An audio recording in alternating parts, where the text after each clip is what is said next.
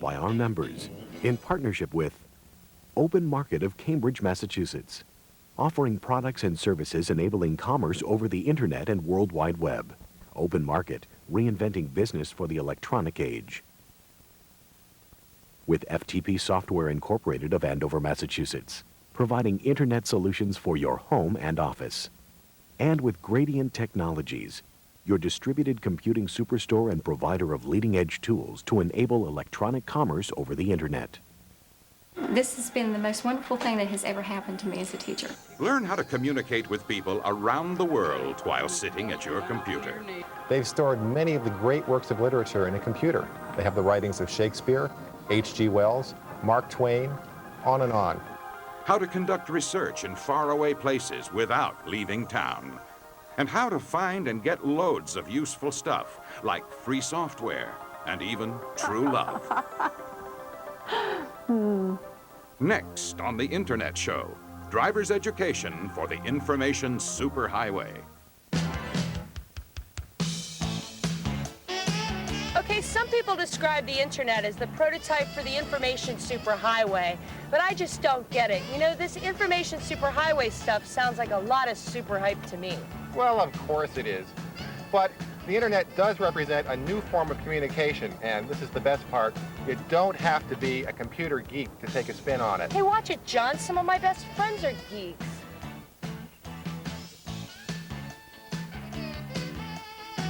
The Internet Show is made possible by support of the Compaq Computer Corporation through the Compaq Foundation, developing technology for developing minds, and by annual financial support from viewers like you.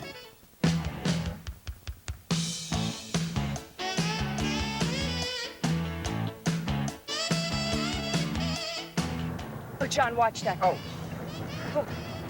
You know, just because we're talking about the Internet and the data superhighway doesn't mean we've got to bore people with talk of on-ramps and off-ramps and all that stuff. Of course not. Let's just say it's a way to connect to people all over the world. You can learn new things, you can have fun, you can use resources in faraway places. John, hold the wheel. Sorry. Are you ready? Gosh, I guess so. I'm Gina Smith, and I'll be one of your Internet tour guides. I'm John Levine. Together, Gina and I will be offering some driver's ed for the information superhighway. We'll be guiding, no, driving you non-geeks on the world's largest computer network, the Internet. We'll be explaining to you how it works. We'll show you how some people are using it. But most importantly, we'll show how you can begin using it yourself. John, that's our exit. We're headed for the Fondren Library on the campus of Rice University here in Houston. This is really appropriate since the ability to reach university resources like this library here is one of the major reasons for the Internet. Academic institutions around the world are making their storehouses of information available on the net. Students at Rice can easily reach the Internet through a campus-wide computer network. For example, they can search for books in this library without even leaving their dorm rooms. Furthermore, Rice has created a regional computer network that allows computers here on campus to reach the rest of the Internet and vice versa. Now, maybe you've read or heard about the Internet, but you're still not exactly sure what it is. Well, if that's the case, don't worry. In no time at all, you'll be able to impress everyone with your amazing techno-savvy. The first thing you need to understand is what a computer network is. And that is simply a bunch of computers linked together so they can communicate and share information. The Internet, on the other hand, is a collection of computer networks on a local, regional, national, and even international level. Put simply, the Internet is just a network of networks. Simple the Internet isn't, but using it can be rather easy. In some ways, it's a lot like your car. You don't have to know how every single part works in order to drive to some wonderful places. All you need to use the Internet are a computer and a network connection. That connection could simply be a phone line and a modem like this one. A modem is just a device that lets your computer communicate over a phone line. Oh, and you'll also need an Internet account, but we'll explain more about that later. Oh, and one other thing. There is no Internet corporation.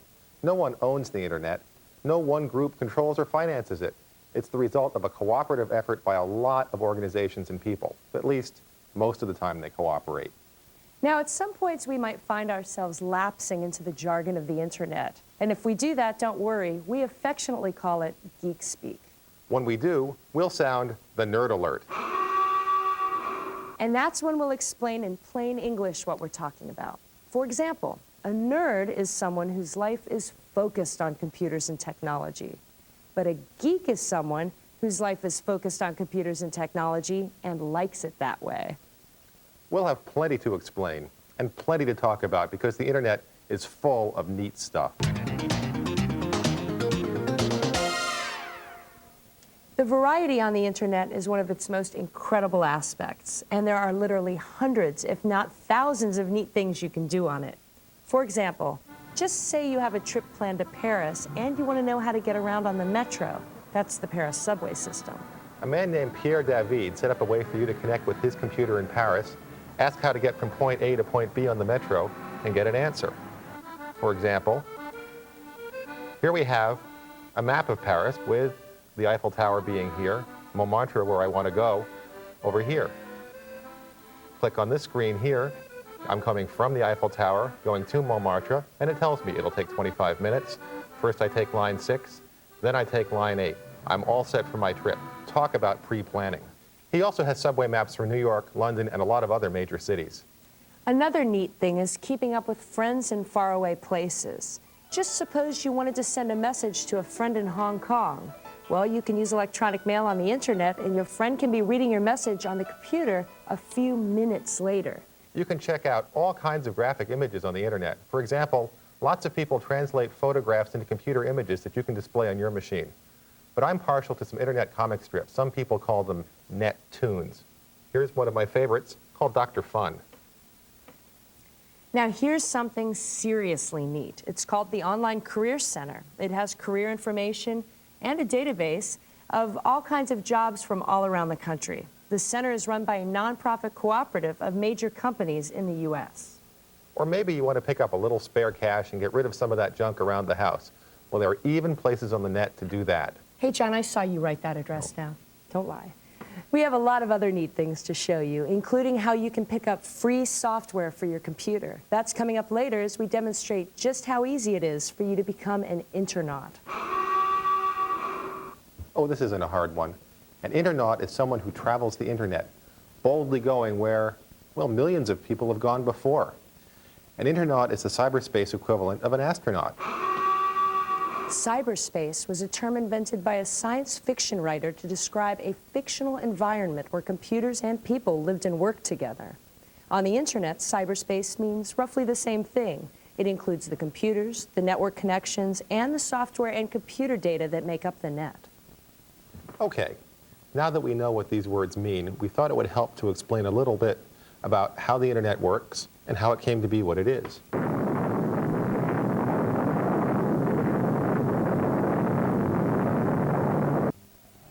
The predecessor of the internet was a child of the Cold War, first developed by the Defense Department's Advanced Research Projects Agency, or ARPA, partly to ensure that data communications could survive in case of a nuclear attack. Created in the late 1960s, ARPANET first connected 4 computers at California and Utah campuses using a new networking technique. It allowed researchers to run programs on remote computers. Later, other research institutions and military sites were added. The idea was that even if one part of the system were damaged, the rest would still function, and it worked. By 1990, the network, by then known as the Internet, had developed to the point where ARPANET was no longer a significant part of it. So ARPA dropped out, and organizations such as the National Science Foundation started maintaining the Internet. And for the first time, commercial users began joining it. The story of the Internet is still unfolding. Today, there are over 1 million computers and more than 20 million people on the Internet, and it's growing at something like 10% every month. People on every continent, including Antarctica, use it. The people on the Internet use it for their businesses, they use it for their studies, and they even use it for fun and games. They also use all kinds of computers, from PCs and Macs and Amigas, all the way up through giant supercomputers. But they all use the same networking technique. It's called packet switching, and it works sort of like our transportation system. Journalists are hyping you day by day. Information highway is your name, they say.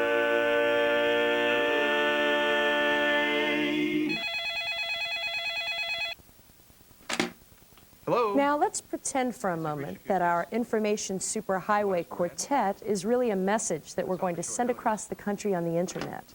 All four of the Golden Throats have laryngitis and have had to cancel out in New York tonight. I said we'd fill in for them.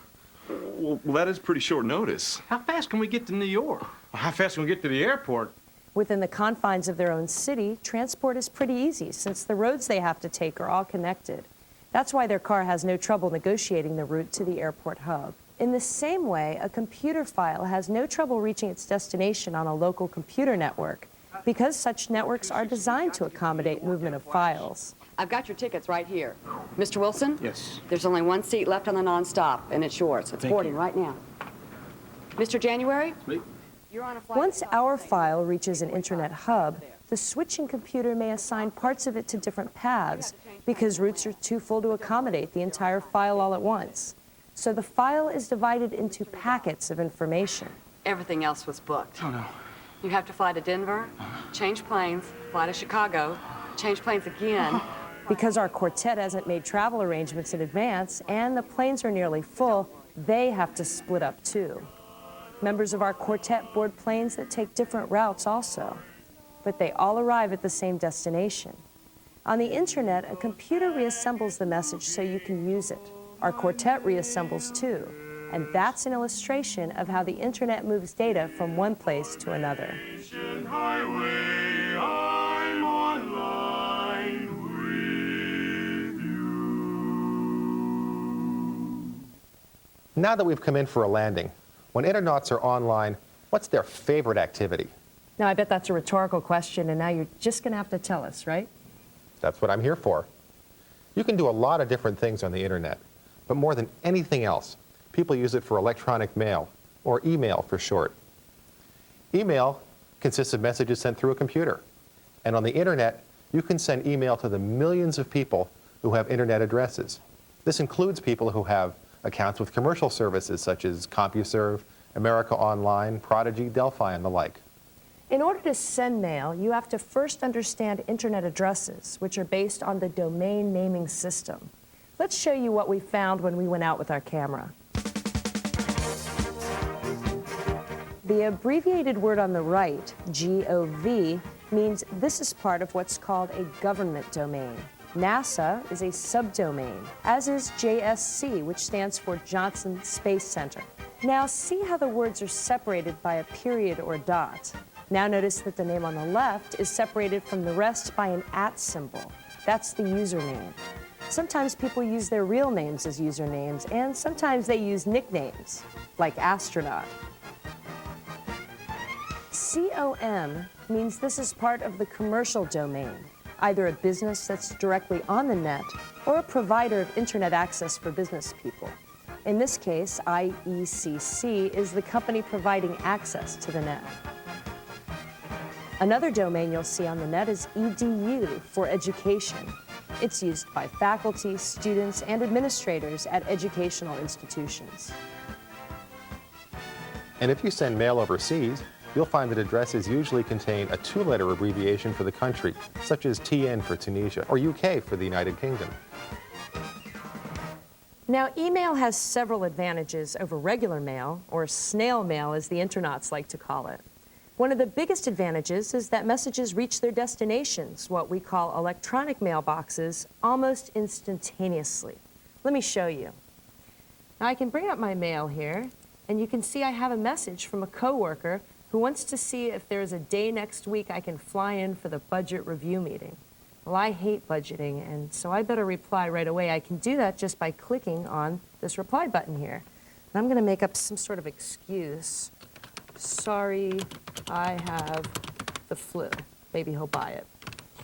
Now, I can also insert information from his message so he'll remember what I'm talking about. You see, include original, and put it right here. And I can send it along. And he should be getting it right about now.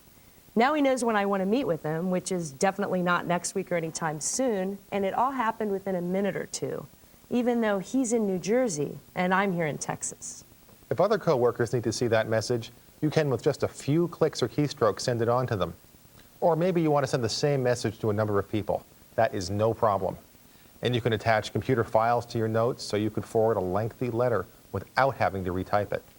That means that email really is much more efficient than regular mail or faxes. But there is one thing we should point out, and that is that your computer screen may look a lot different from what we've shown you here. We've shown you screens that use color and graphics, but many services on the internet are text-based and may just appear in black and white, like this screen we're showing you here. It really all depends on who's providing your internet access and on what software you're using. The internet has many different looks, but whatever the screen, the concepts are more or less the same. Let's look in a little more detail at what's involved in sending and receiving electronic mail. I've switched to my mailbox here, and what do you know, here's a message from Doug. So I'll click on the View button here, light up this message, and it says, Gina says she's too sick to come to the meeting. Can you come instead? Well, how about that? So now I specifically click on Reply. It's addressed it. It says to D. Evans, which is his electronic mail address. There's a topic about the budget meeting. So now I'll just type in an answer. I'll see how she feels tomorrow. I don't have to sign it. It automatically puts my return address on it. So I send it. But before I do anything else, let's just take a quick look and think, Gina didn't look so sick. I'll make a new message here and send it to her. So I have to address this one specifically. It goes to Gina. Then I have to set a subject. How sick are you? And type in a message here. Doug says you called in sick. You looked okay kayaking yesterday. Before I send this off, I'm going to make one more change. I'm going to send a copy of it to myself to keep a copy for my files. Set that. So now I've set it, I'm sending it to Gina, sending a copy to myself, set the subject, and send it off. So that's really all there is to sending electronic mail. It's as simple as that. People like email because it changes the way they communicate for the better. In West Virginia, junior high students in the small and isolated town of Harts used email on the internet to get help with challenging science projects.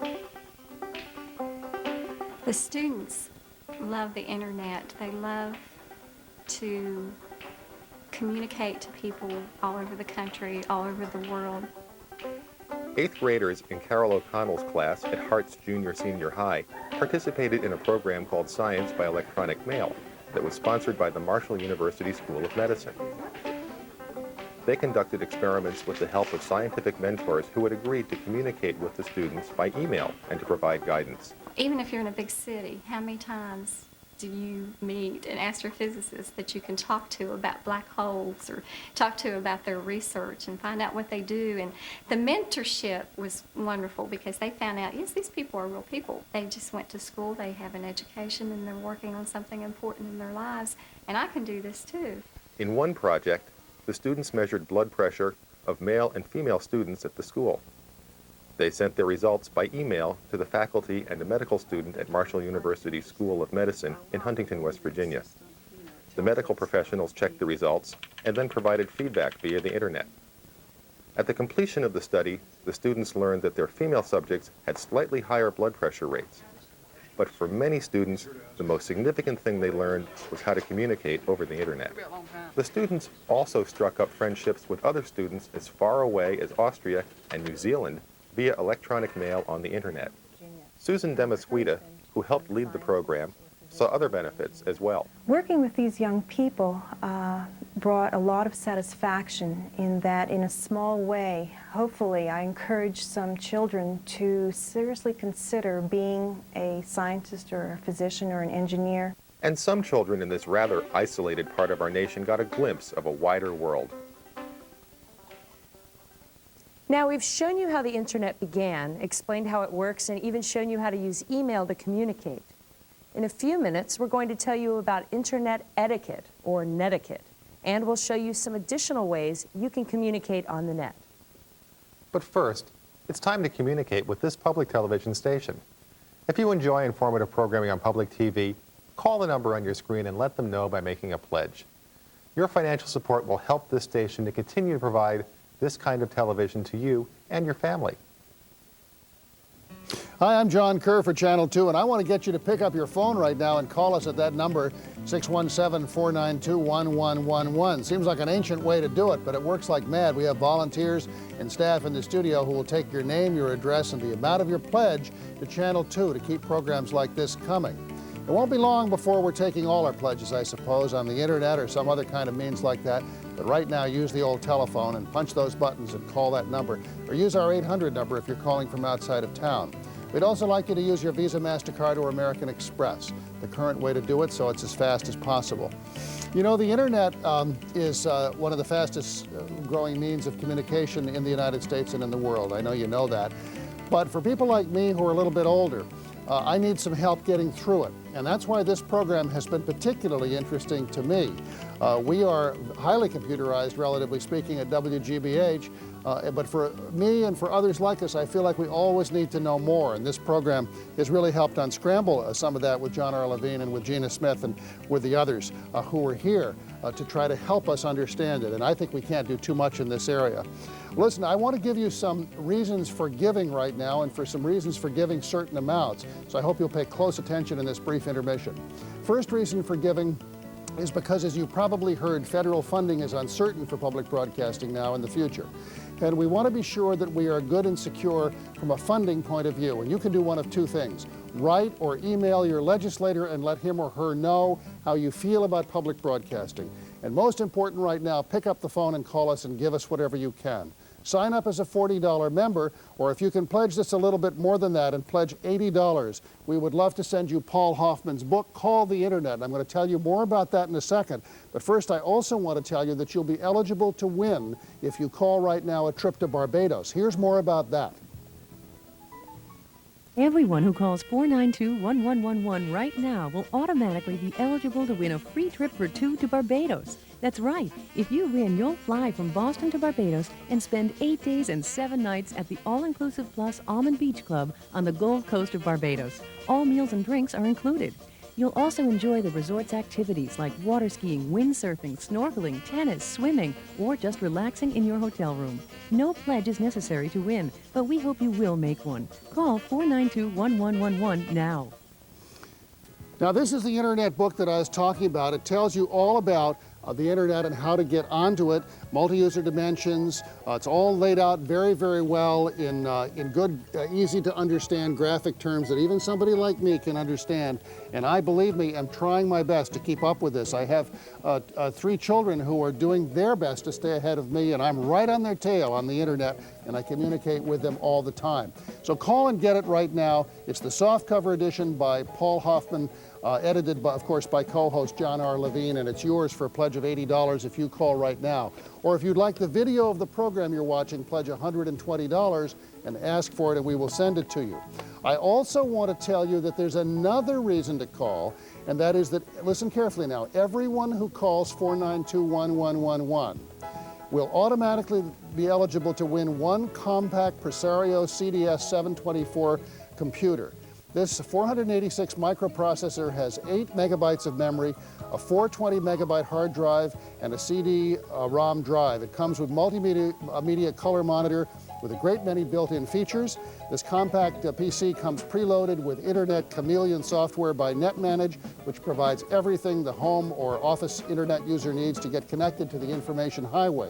You don't have to make a pledge to enter, but you will automatically be eligible to win that, as you will, the trip to Barbados. So I don't see how, why you would stay sitting there instead of calling this number right now, 492-1111. And a group of members have also challenged you to give more. Watch. Join the family and go public with your support to WGBH. March is Membership Month, and our members challenge you to join WGBH today. If you call now and make a pledge of $30, our WGBH members will add their pledge of $10, making you a member of the WGBH family. That's right. Call now and receive all the benefits of the WGBH member card and a full year of GBH, the members magazine. Call 1-800-492-1111 and join the member challenge. Okay, so let's summarize where we are so far. We want you to call 492-1111 and sign up as a WGBH member. Normally $40. If you call right now, thanks to the member challenge, it's $30. If you pledge just $80, we'll send you the Internet book, the softcover book that tells you how to find your way through the Internet. If you pledge $120, we'll send you the program that we're watching together, the Internet, and you can get it by simply calling and asking for it. We hope you'll use your Visa, MasterCard, or American Express when you call. And everyone who calls, no matter how much they pledge, or in fact you don't even have to pledge at all, will automatically be eligible for number 1, that trip to Barbados and the Almond Beach Club, and number 2, for the compact Presario CDS 724 computer, and we're grateful for the donation of that. So we thank you very much for calling right now. We thank you for supporting public television during these uncertain times. And most of all, we hope that we are helping you fathom your way through the Internet and all its exciting implications. We think that's a service that's worth doing. We hope you agree, and we hope you'll support what we do here on public television.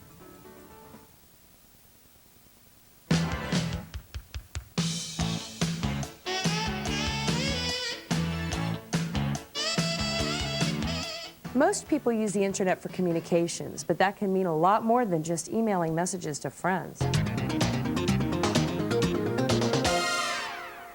One of my favorite parts of the internet is Usenet.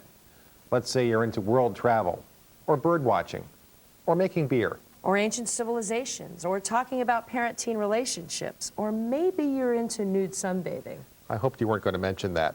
But on Usenet, you can read messages from and send messages to people who share your interests, whatever they are. Usenet has thousands of discussion groups on diverse subjects. They're called news groups. Now, you can subscribe to any news group you like. As for me, I'm partial to one on the environment, listed as sci.environment, and I get all the messages posted to that group. Let's look at what's waiting for me now. I just click here on my news reader, and you can see there are lots of messages here on the environment. People are commenting on isotope ratios and deep ecology and the conference in Geneva. But here's one from someone who's seeking help on the Northwest forest fires. And he says he's just looking for information, and I can click here and see all the responses. And of course, everybody is putting in their 2 cents worth. It's pretty interesting to check out what people have to say about these things. You can also post messages to news groups. Keep in mind that posting an internet message is a lot like tacking up a message on a corkboard. Everyone can see it, and on the internet, those people are all over the world, so be prudent. Now here's a news group I like. It concerns telephone systems. It's a little technical, but the stuff can be interesting. So I'll switch here, and I'll click on its name, which is comp.decom, originally data communications.telecom. There's a few seconds pause while it goes and reads through the titles of all the lines to make a list of them. And here's a typical question. Someone's wondering how many telephone companies own cross-continental telephone lines, and they have an estimate here. Now I can go through and find a few more messages. Now I actually think I happen to know the answer, that the number of transcontinental telephone lines is 42. Maybe it's right, maybe it's not, but I want to tell everyone. So I'm going to press the post button. I'm going to type in a suitable topic here. And I'll type in my response here, which is, I'm sure the answer is 42. It'll automatically add in my signature. I click on the post button. There is a delay of a few seconds while the message is sent out to the network. And as soon as that box goes away, now that message is sent out, and in a few hours, people all over the world will be able to see it. It's as easy as that. One thing you should know is that censorship is not a part of the internet culture. In fact, technically speaking, it's pretty much impossible. That's why the internet might contain some material that seems offensive to you, and it also explains why you might get spammed. Now, spam, as we all know, is a meat-related food product. But on the internet, spamming means sending thousands of copies of the same message to people all over Usenet. Now, some people have done it in the mistaken belief that it's an effective way to advertise, but take it from me, it's not. So because there's no censorship, you may find some news groups devoted to topics you'll find offensive. And the easy answer to this is just don't read them, or at least don't look at their pictures. But the vast majority of news groups offer a wonderful way to communicate with people all around the world on nearly every conceivable topic. This communication can even have some influence on history. For example, when Russian officials attempted a coup against President Gorbachev in 1991, the internet played a crucial role in thwarting it. The plotters struck while Gorbachev was on vacation. They hoped to expand their limited support by controlling the flow of information to the West, and particularly to the Russian people. They censored the news and most Russian media and restricted phone links to the West. Television was reduced to playing just operas and old movies. But the plotters forgot about a Russian computer network named Relcom. Mikhail Sergeyevich Gorbachev.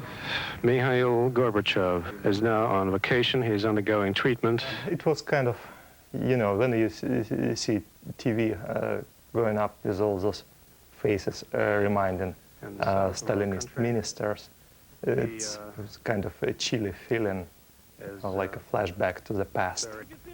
Some Yeltsin's helpers were running around the city trying to find photocopiers. The first piece of paper we got was the first decree by Yeltsin, and we simply typed it in, sent it to the network, and made copies they wanted. When we got quite a lot of requests for more information from people on the net, we contacted Yeltsin's people and asked them to provide us regular information. Vadim was glad to hear from friends in the West who wanted to help. One was a California professor who used the internet to contact Relcom. They asked me to just summarize the news as we were seeing it in the West, so I listened to the radio, and every couple hours I would make a summary, type that as an email message, and then send that to Relcom, and then they would circulate it within the Soviet Union.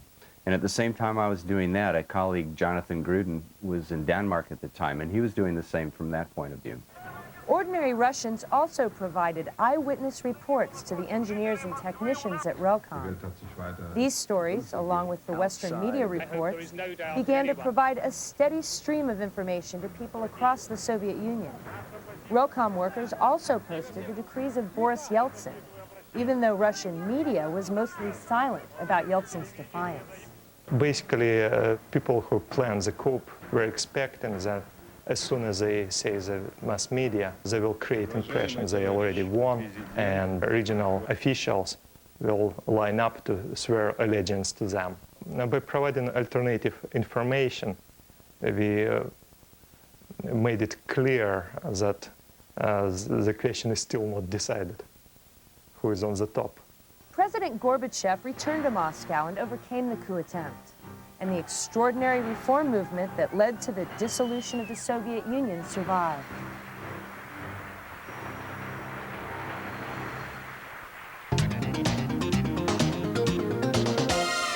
Another way to find groups of people who share your interests is through mailing lists, or lists for short. Lists serve pretty much the same function as Usenet. People send messages back and forth to other people interested in the same topics. But with lists, the messages are delivered straight to the electronic mailboxes of the recipients as email. For example, here's a list called Dairyel. It's a list of interest to dairy farmers. There's topics on flies in the barn, milk marketing, diseases that cows get, and lots of other topics that actual dairy farmers, of whom there are a surprising number on the net, are interested in. Subscribing to this list is very simple. All I have to do is send a brief email message to the list administrator. So here I send a message to the administrator, which is named listserv at umdd.umd at the University of Maryland. The subject doesn't matter. And the contents of the message is subscribe, Dairyel, and my actual name. Send this off, and now I'll get all the messages from that list. I subscribe to lots of other mailing lists as well. Two others I like are called Frequent Flyer, for people who fly a lot, and one called ComPriv, about the future of the internet as it moves to private commercial operation. Another great example is a list for movie reviews and comments. But watch out, some active lists could dump as many as 100 pieces of mail in your mailbox every day. Subscribe to a few lists and you might end up canceling the rest of your life just so you can keep up with your email. Fortunately, it's just as easy to unsubscribe as it is to subscribe in the first place. Nobody has a complete list of all the mailing lists on the internet. I don't think there is a complete list of anything on the net. But a good place to start is with a computer at MIT. Its email address is mailserver@rtfm.mit.edu. Let's send it a message. I create a message. I set the address.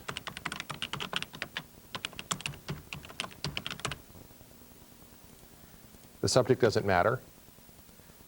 Now I'll send it this message. Send usenet/news.answers/mailing-lists/part1. In this case, you have to be careful that the message says exactly what we're showing you here, because we're not sending this to a person. Really, we're sending it to a very simple-minded computer. This message will get the first part of the list of mailing lists and the email address of each list administrator. From this long list, you can get an idea of what's out there. Later, you can ask the computer for parts 2, 3, and so on from the extensive 14-part list. The catalog of lists at MIT is updated every month, so you may want to check it every now and then for new lists. And if you don't find the topic you're just dying to discuss, well, you can start your own mailing list. Sometimes, leaving a message on a computer just doesn't cut it. You want instant feedback. Well, the internet has something for that. Actually, a couple of somethings. One is called chat. Chat lets you talk online with other people who are online at the same time. All kinds of people. Jennifer Sutton works at Gallaudet University in Washington, D.C. Because she has been deaf since she was 12 years old, Jennifer sometimes has difficulty communicating with the majority of people who are not deaf. Often, they can't use American Sign Language, and it's not always possible for Jennifer to read lips. But Jennifer has found a new way to communicate with people at work and at home. Gradually, I started hearing more and more about internet, and I decided to try it out. I've used it a lot for email and a little bit to talk to people. Sometimes I use IRC or Talk or something like that. Jennifer has met literally hundreds of people on the net, people who talk to her by typing messages on their computers. I think IRC really helps me to develop new interests and new contacts. I've met a lot of people through IRC who are working in the same field or have the same beliefs. Most of the time people don't realize I'm disabled. I just type, they type. There's no way for them to know that I have any kind of disability. It never really comes up unless a person asks for my phone number, and then it comes up, but the rest of the time, never. Quite a few deaf people use the internet, but you're not likely to know it when you're chatting with one unless he or she decides to tell you. The most widely used chat program is something called the Internet Relay Chat, or IRC. If your system permits, you simply type IRC, or you click on it like this to start it right up. Once you're in, you'll often find hundreds and hundreds of simultaneous conversations going on. To get a list of what the topics of these conversations are, you simply type /list and enter to get a list that is here in this little box. Now, I happen to know that there's a discussion group here called TV Show, and I open it up, and you can see there are people here talking. Just to let everyone know I'm here, I'll say, hello, are you there? And we'll see if we get an answer. You know, this is a lot like the old CB radios, because what you're really doing is all talking to each other on the same channel for a while, and people come in and have your arguments, etc. And there are a lot of other commands you can do here. You can find out what they are simply by typing /help at the prompt, and it's as easy as that. Chat is mostly used for gossiping, which can be fun, but some of the people whose job it is to keep computer servers up and running regard chat as a computer resource hog and not very useful. For that reason, some systems don't provide any chat software at all. However, you can reach chat programs by using another program called Telnet. We'll tell you more about Telnet later. Besides chat, you can use another program called Talk to communicate with others. Talk is sort of like making a personal phone call to an individual, except it's by computer. Now, to do this, you simply type Talk plus the other person's name and address. In this case, I'm calling my friend Tom, and he happens to be at Rice University, which is where we are. And let's see if he picks up. This is kind of like a telephone ringing. There he is. He's talking to me. He says hi there. I say, hello yourself. What's for lunch? And hopefully it's not pastrami. Now, we each have a split stream, and we can see what we both type. Of course, in many instances, I'm not sure that this is better than talking on the phone. In fact, obviously it's not. But it is a great way to save on long-distance charges, particularly on overseas calls. And it can help if the other person doesn't speak your language very well.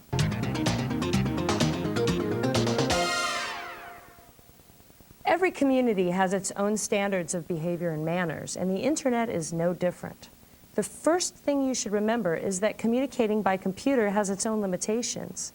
Because you're writing rather than speaking, people don't get to see your facial expression or hear your tone of voice, and that could change the meaning of the actual words. So pay careful attention to what you write and how you write it. For example, messages written in all caps are taken as though you're shouting. That seems awfully rude. And speaking of rude, there's flaming. Flaming.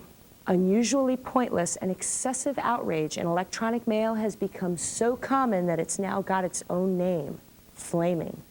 If you receive an angry message, you've been flamed. Unfortunately, a few people seem to enjoy sending these kinds of messages. My recommendation is that even if you get a really offensive message and you just have to reply, don't. In 20 years of using electronic mail, I have never regretted not sending an angry message.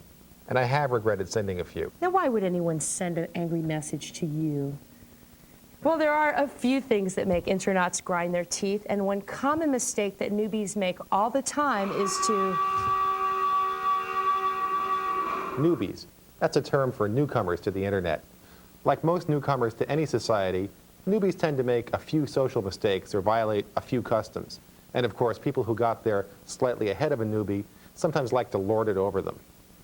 Okay, now a common mistake that newcomers make is to leap into newsgroup discussions without first observing the dynamics of a particular group. What's an acceptable comment to one group may not be acceptable to another. It's best to read what others are saying for a while before you join in. Hanging around like this is called lurking. Remember, lurking is good. Another bit of netiquette revolves around FAQs, or frequently asked questions. Nearly every Usenet group on the internet has a list of FAQs and the answers to them. While people on the internet can be extremely helpful, they really don't like wasting their time answering the same question that's been asked over and over before. So please, read those FAQs. If your question is computer related, you could read the manual first. And if you can't get the answer that way, then ask. And if you want to send a message with a little humor in it, there's a way to show that intention too. You can type what we call a smiley. Here's one. Now just turn your head sideways and you can see how it works. Okay, we've told you about news groups, about chat and talk. Now, if what you really want is to find and get cool stuff like free software on the internet, well, you might need a Gopher, or maybe Archie. And if you like Archie, you should definitely get to know Jughead and Veronica. We'll tell you why when we come back in a few minutes. This public television station has got lots of cool stuff too. Unique programming and a commitment to serving your community. Let this station know how much you appreciate it by calling the number you see on your screen and pledging your financial support. Remember, good television is worth it. Time to tell you more about it. The Internet Show is made possible by support of the Compact Computer Corporation through the Compact Foundation, developing technology for developing minds, and by annual financial support from viewers like you.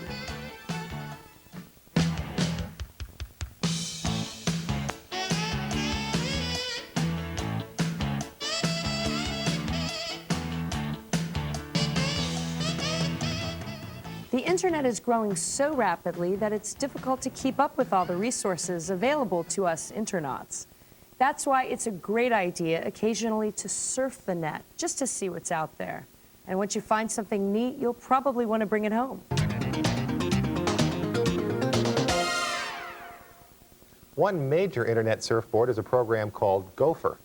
It's called that either because it will gopher files on the net, or maybe because it was created at the University of Minnesota, where the mascot just happens to be a rodent known as the golden gopher.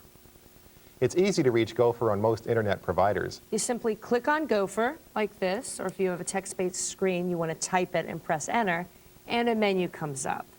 Now, Gopher is called a menu-based program because it always shows you a list of the items that you can possibly choose from. Okay, let's travel through Gopher Space to Oxford University. Gopher Space is the total of all the information you can get by using Gopher. And since Gopher is a very popular service, Gopher Space is a huge and expanding part of the internet. Anyway, at Oxford University in England, they have a magnificent library. Now they're making some of the world's great books even more available through a really cool Gopher site. They've stored many of the great works of literature in a computer. They have the writings of Shakespeare, H.G. Wells, Mark Twain, on and on. So let's go there, go to the Oxford Libraries, some bibliographic information, the catalog of electronic texts, and let's look at the actual catalog. Now let's choose something that's not too large, like, say, The Charge of the Light Brigade by Tennyson. I click on it here, and in a few seconds it should pop up on the screen where I can read it directly. If I don't want to read it on the screen, I can copy it to my own computer. And here it is, half a league, half a league, half a league onward. I'm interested in traveling to Wales, so I'm going to see what I can learn about that part of Great Britain by using Gopher. Now, when using Gopher, it's likely you'll get another menu, which will lead to another menu, which will lead to another menu, and so on, until maybe, just maybe, you'll actually reach what you're looking for. Sometimes you may never reach what you're looking for, but along the way you can find several useful things you never would have thought to look for. Like this. Here we have the A to Z of public houses in the Aberystwyth area. We have a restaurant guide. We have a guide to recommended local real ale pubs. You know, if we're going to go to Wales, this sounds like some pretty useful information.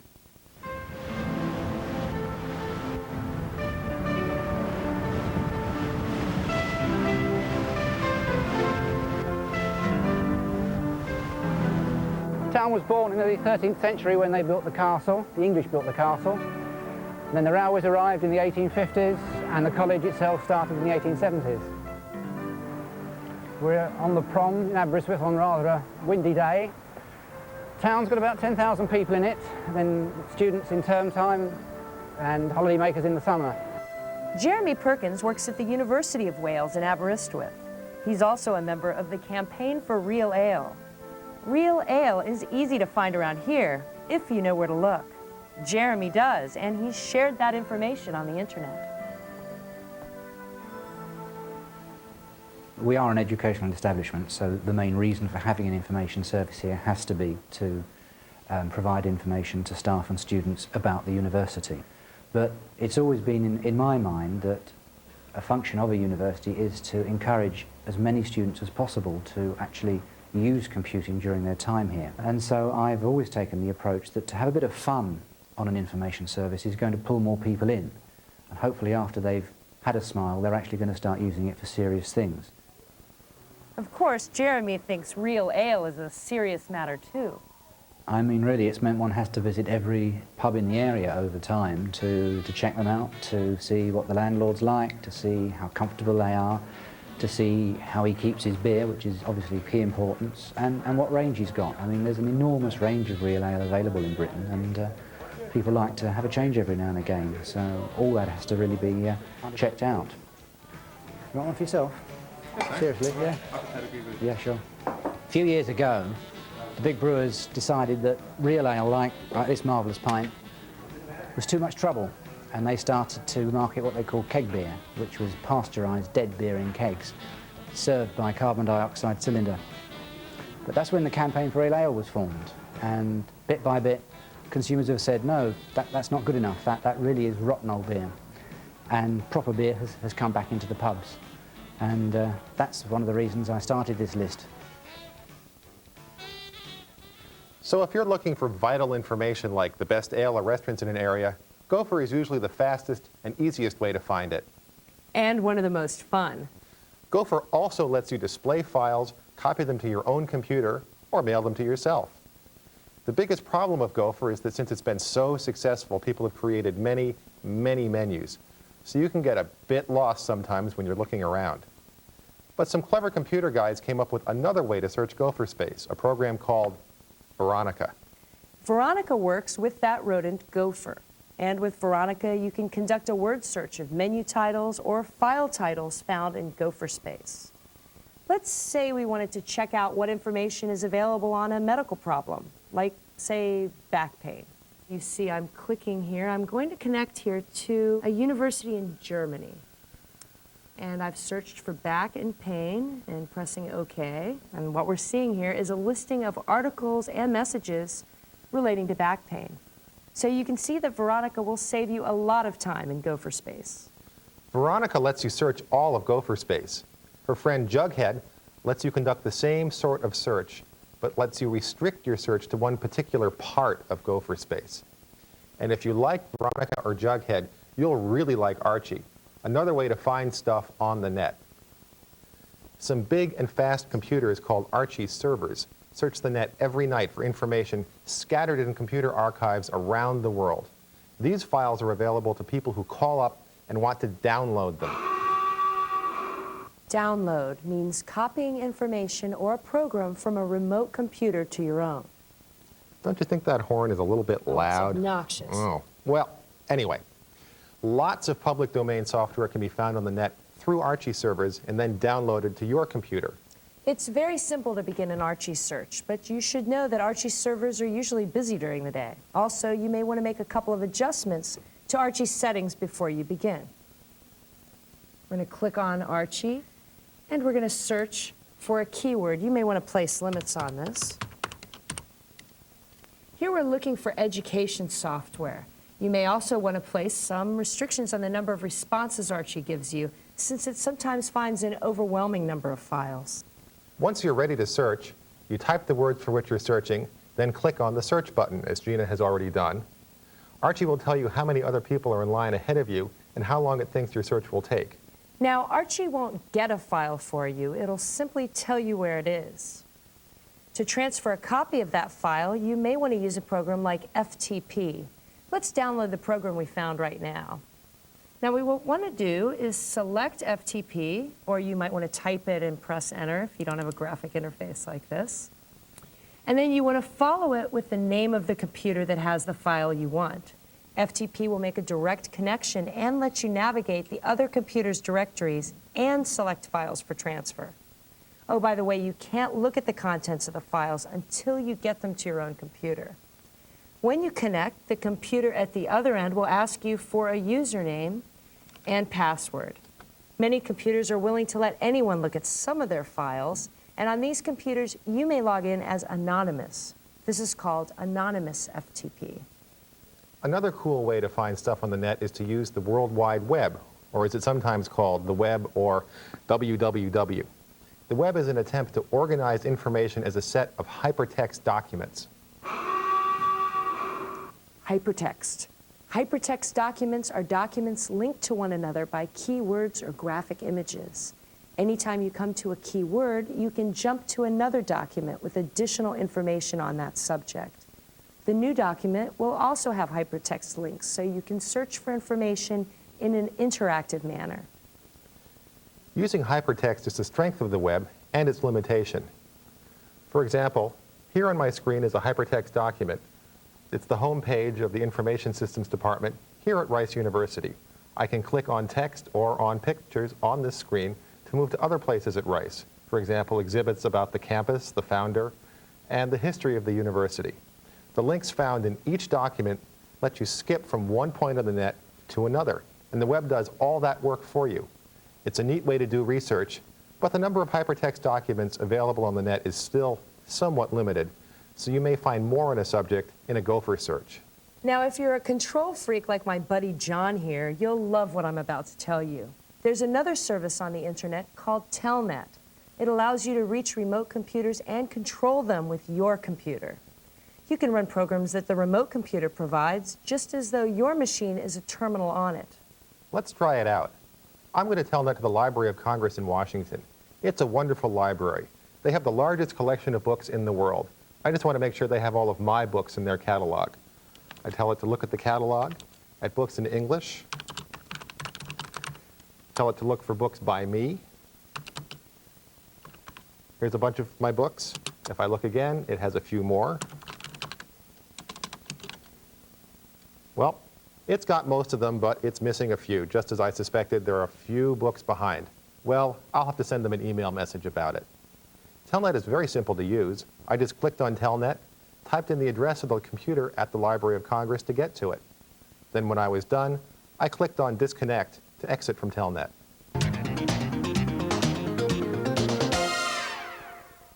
We've been telling you how cool the internet is, but there are some problems you should be aware of. You may encounter some of these problems, and it's better for you to know about them now. The first problem relates to ease of use. Many first-time users of the internet feel like strangers in a strange land. Much of the net is based on the Unix computer operating system, and if you're familiar with PCs or with Macintoshes, you'll need to learn a few new commands. Another secret is that not all programs react consistently to your commands. Some programs just don't translate very well from one type of computer to another. And the people who make these programs are constantly tinkering with them. So slightly different versions of one particular program may be in use on different parts of the net at the very same time. Also, various parts of the internet can often be hard to get to. And when you arrive there, you may get the net equivalent of a busy signal. The internet is growing so fast that its computer resources are becoming strained. Earlier we mentioned the phenomenon of flaming, where people hiding behind the anonymity of the internet tend to go overboard in expressing their outrage. Well, there are a few people who use that anonymity to lie about who they are, and even to engage in illegal acts. But that's a tiny minority of the people on the net. And despite these problems, the internet is well worth the trouble it can occasionally cause you. And using the net has gotten easier. That's why millions of people, from scientists to business people to students, are using it every day.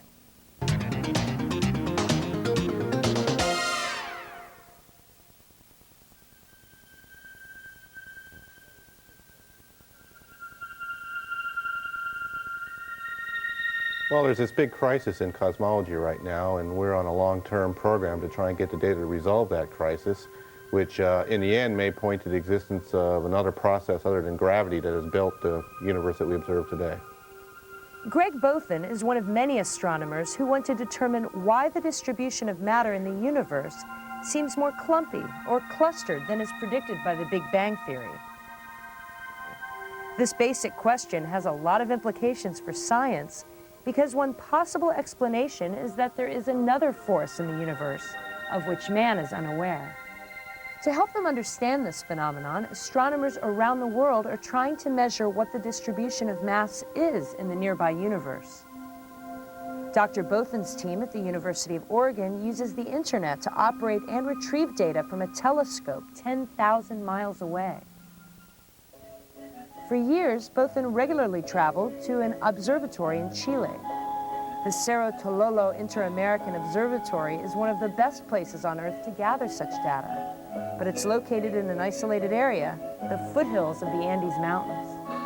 Well, prior to the internet, one had to physically go to the facility. That involved 30 hours of travel time at a cost of about $2,000, often to go there to sit under cloudy weather.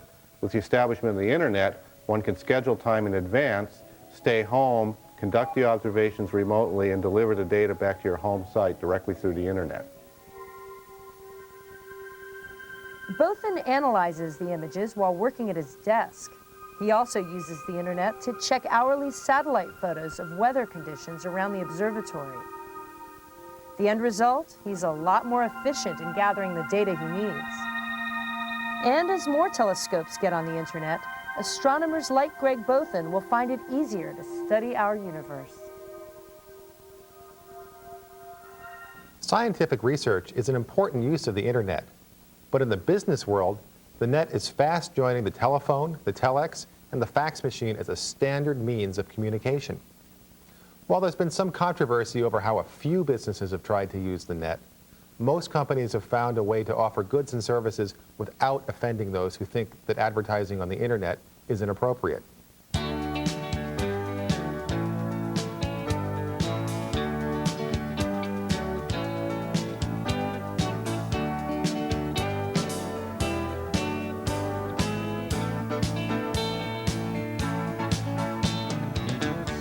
Flowers in cyberspace. It's a new enterprise for a traditional florist in Ann Arbor, Michigan. We've been real pleased with this.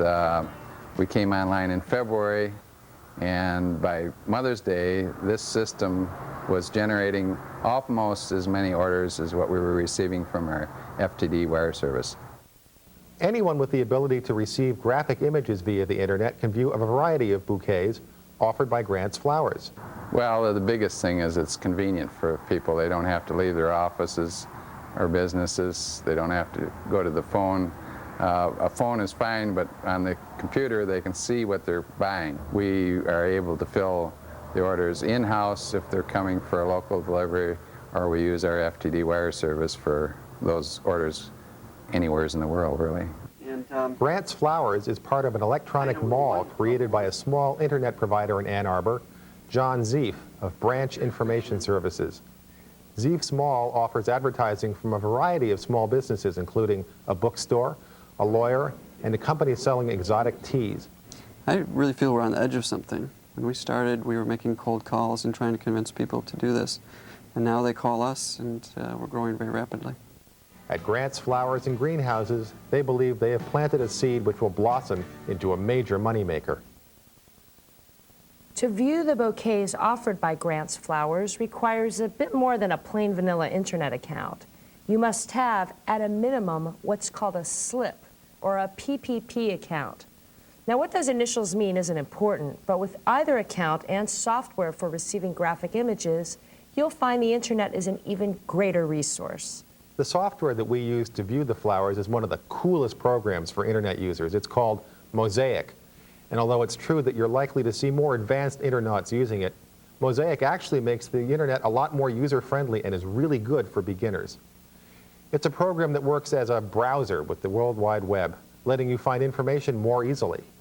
Mosaic and programs like it are the future of the internet. These programs make it easier for non-geeks to use the net.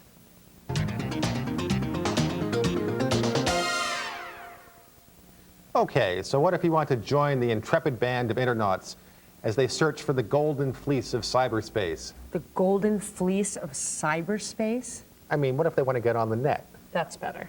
The first thing to figure out is whether you're already part of an organization that's already on the net. This could be a college or a school or maybe the corporation you work for. Just ask. But even if that isn't the case, most cities of any size have internet providers, companies that will let you dial into their computer, which is linked to the internet. A typical price for this is a flat fee of around $20 per month.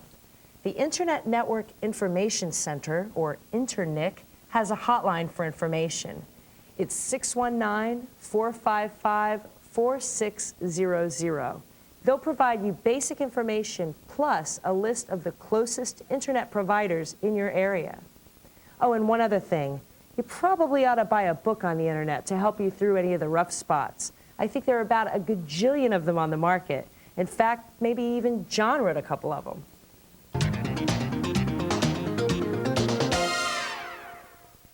Part of the internet's future is wrapped up in technology. The rest is sociology. As the equipment linking computers on the net permits faster and faster connections, the door opens for more use of graphics and full motion, film, video, and even live action events. Predicting what's to come is hard, but when we think about the future, I think it's probably worth looking at the present for clues. For example, Telluride, Colorado is a community that hopes it's wired for the future. Telluride sits on the western side of Colorado's Rockies at an altitude of more than 9,000 feet. It may be geographically isolated, but the small town is directly linked to a much wider world because of the internet and because of a community computer network called the InfoZone. The reason we created the project was with all the hype about information highways, we felt we were a little information byway, a little off-ramp. The Telluride Institute, a nonprofit research group, helped fund the InfoZone. It maintains the equipment to link Telluride and surrounding communities directly to the internet. It also provides public access sites. The Steaming Bean Coffee House is one place where anyone may use the computer to reach the InfoZone and the internet. The InfoZone project has brought global internet connections here for local dial-up access, and also provided a community network that provides information about health services, education, government, and other community activities, as well as a place to talk and conference and have conversations about issues.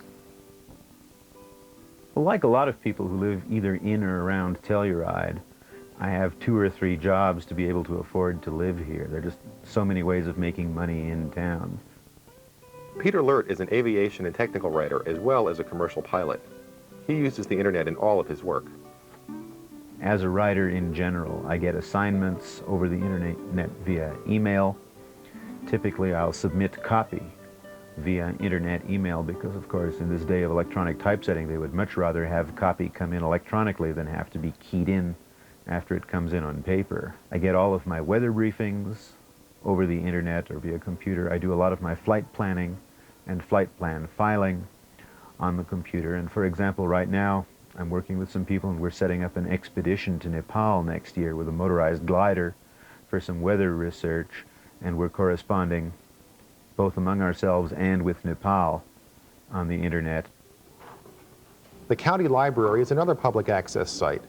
Anyone may use the computer, but frequent users of email are encouraged to open their own internet accounts. The library is an information source for the whole community. And without the internet, we would be restricted to what we have right here in the library. In a small rural community like Telluride, we really need to reach out and find out what's in other communities, talk to other people, and get information from sources all over the world. Ms. Clark also says the internet connection has made a difference in her personal life as well. As a single person, it is hard to meet people in a small community like Telluride. There are just not very many people here. I've found that I've met a number of people on the internet and formed some very nice relationships. I happened to post an ad actually to one of the listservs called Alt Personals, and I had about 40 people answer my ad. Men. Some people believe that communities like Telluride will become the norm in the future. They believe that the internet will help create a new social landscape where people work, learn, and maybe even fall in love.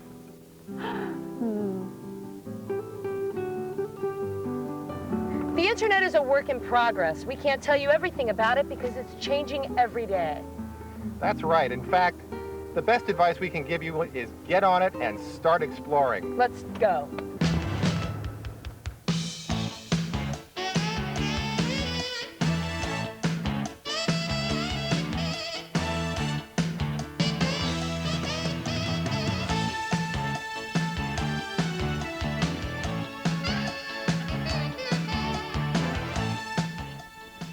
The music continues in a moment. But first, March is membership month, and if you haven't joined the WGBH family, it's not too late.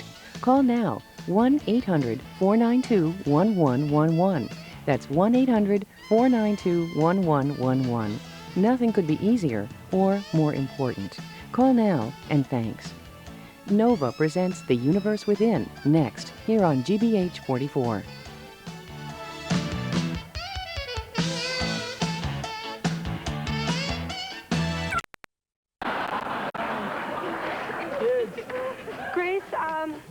Could I talk to you alone? No, that's fine. Kids, you know what you can do for me? You know that hole I was starting to dig a while ago? Trust me, go finish it. What's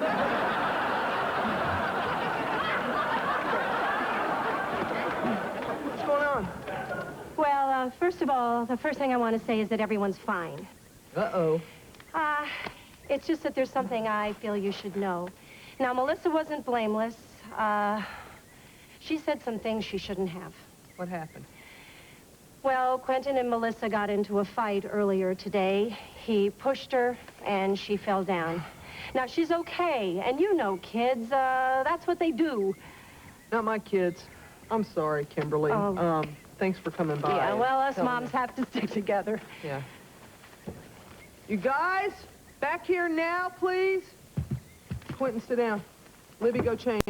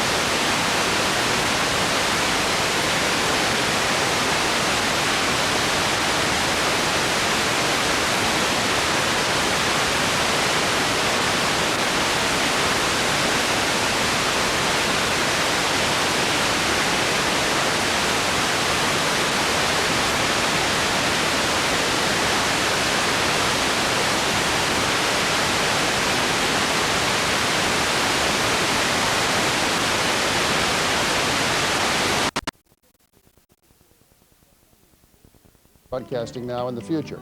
And we want to be sure that we are good and secure from a funding point of view. And you can do one of two things. Write or email your legislator and let him or her know how you feel about public broadcasting. And most important right now, pick up the phone and call us and give us whatever you can. Sign up as a $40 member, or if you can pledge this a little bit more than that and pledge $80, we would love to send you Paul Hoffman's book, Call the Internet. And I'm going to tell you more about that in a second. But first, I also want to tell you that you'll be eligible to win if you call right now a trip to Barbados. Here's more about that.